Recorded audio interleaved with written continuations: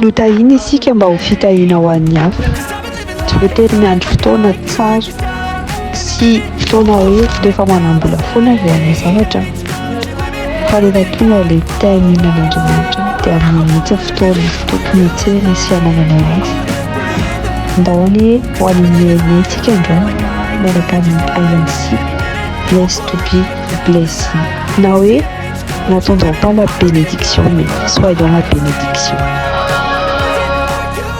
Japonais, il Stéphanie, des is mature, des Zaya, food lover, and the one name Zaya, and one Marakamni, INC.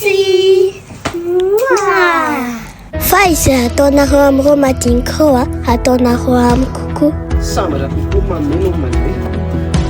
Foyer na orphelinat miay ankizy latsaky ny 5 taona roa volana ny kely indrindra dia tena nanohana be any fonaina ny fihetsiky ny ANC izay groupena jeune nanana fo hoe andao izara dia izao na ny Samaritan Purse satria anisany contribué tamin'ity bonne action ty dia ho antsika rehetra izay mananjanaka na tsy manana ny ampy dia manasa antsika anohana ny miainy satria tena asa tsara ny anjareo miainy an'Andriamanitra izay no slogan anjareo.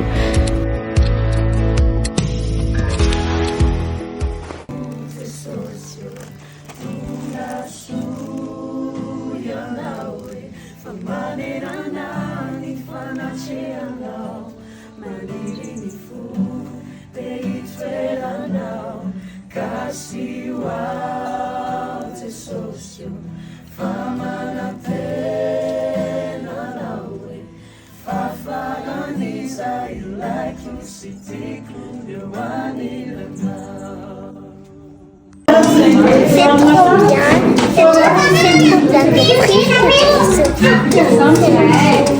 Et Loulou, comment tu te sens? je me sens trop content.